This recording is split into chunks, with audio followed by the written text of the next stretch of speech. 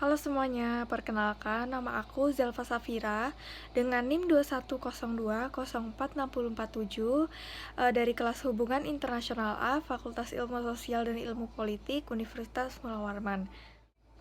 Di video kali ini aku bakal ngelanjutin tugas video curhat filsafat dan sekarang memasuki part 3. Jadi kalau teman-teman belum tonton part 1 dan part 2-nya ditonton dulu ya, karena dua video itu adalah dua hal yang bersangkutan dengan video ini. Simak videonya teman-teman. Di part 2, kalau kita kilas balik sedikit, jawaban tentang tujuan hidup saya masih belum pasti atau misalkan masih tidak goal bulat secara utuh tujuan hidup itu. Nah, di part 3 kali ini saya akan menjelaskan berdasarkan apa yang telah saya research dan saya baca-baca. Tujuan hidup manusia ini pada dasarnya emang berbeda-beda.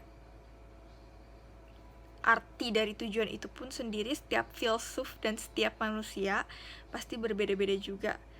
Misalkan ukuran sepatu kita 39, tetapi saat kita pakai ukuran 38 itu tidak muat kalau dilihat, padahal sama-sama berbentuk kaki dan tidak ada yang membuat beda selain ukurannya. Tapi kenapa tidak masuk ya di kaki kita? Begitu juga dengan tujuan hidup sih.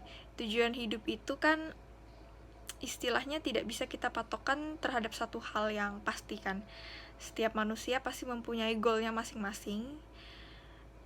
Jadi kalau misalkan tujuan hidup itu berdasarkan goal yang ditetapkan oleh suatu pihak, saya rasa itu kurang efektif dalam memaknai hidup itu.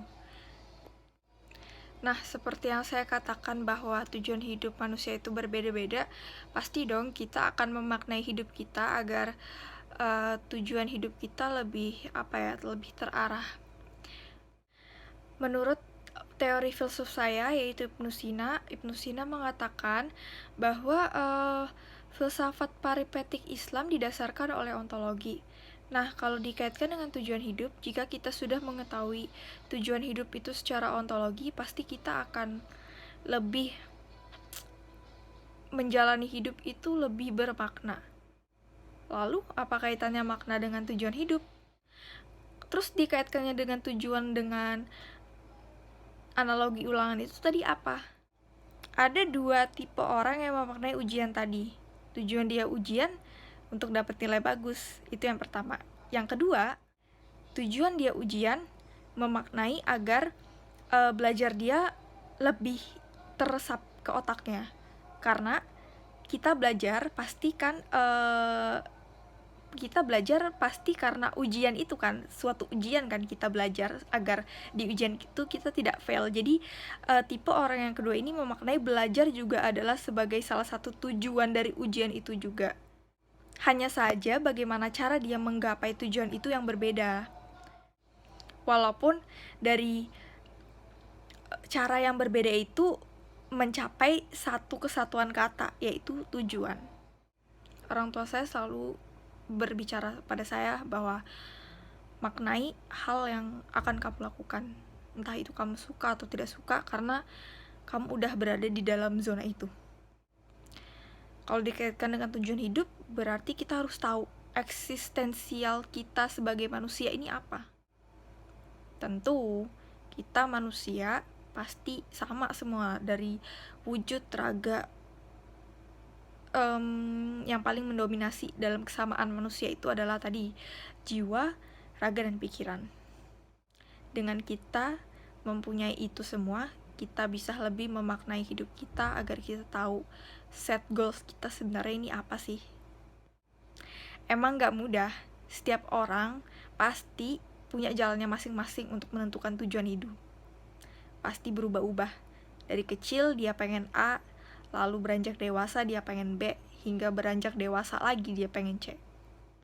Menurut saya juga, seperti yang saya udah analogikan terhadap ulangan tadi, jika misalkan si A ini masih tujuan hidupnya subjektif, tidak salah juga, karena dia sudah berpikir dalam menentukan tujuan hidupnya, itu menurut saya juga udah salah satu progres dalam tujuan hidup itu sendiri. Tidak harus selalu ada hasilnya saat itu juga. Semua pasti berproses. Seperti yang dari salah satu quotes yang saya baca, arti hidup adalah memberikan hadiah Anda.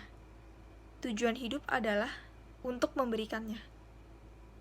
Jika kita bisa memaknai arti hidup, itu adalah suatu anugerah dalam hidup kita, karena kita tahu hidup kita ini untuk apa, dan jika kita udah tahu makna hidup kita ini apa, saya yakin setiap hal yang akan kita lakukan itu lebih mudah untuk menggapainya.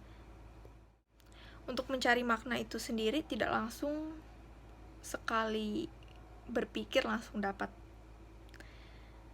Melewati beberapa proses mengumpulkan data, informasi. Pasti saya sendiri pun kadang bertanya kepada teman saya, orang tua saya, bahkan orang-orang di sekitar saya, bagaimana cara kamu memaknai hidup kamu? Bagaimana cara kamu mensyukuri hidup kamu? Dengan kita tahu bagaimana cara kita memaknai hidup,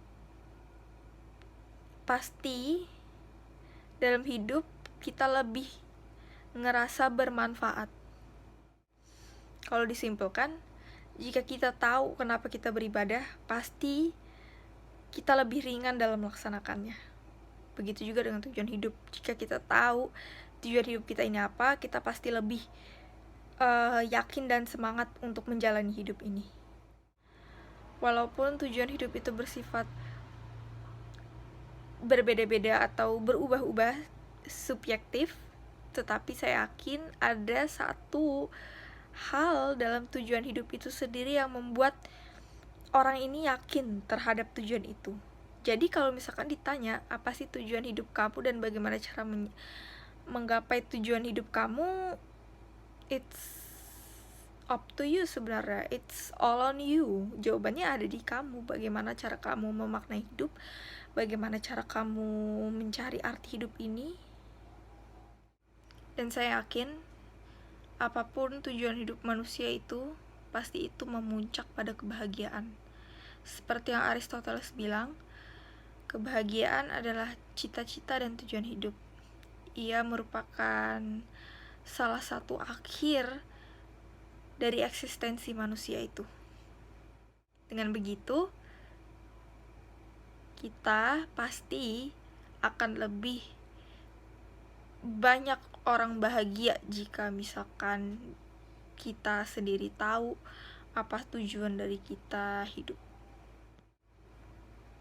Itu tadi akhir video dari part 3 saya. Kurang lebihnya saya mohon maaf karena saya juga masih belajar. Saya akhiri, wassalamualaikum warahmatullahi wabarakatuh. Sampai jumpa di part 5.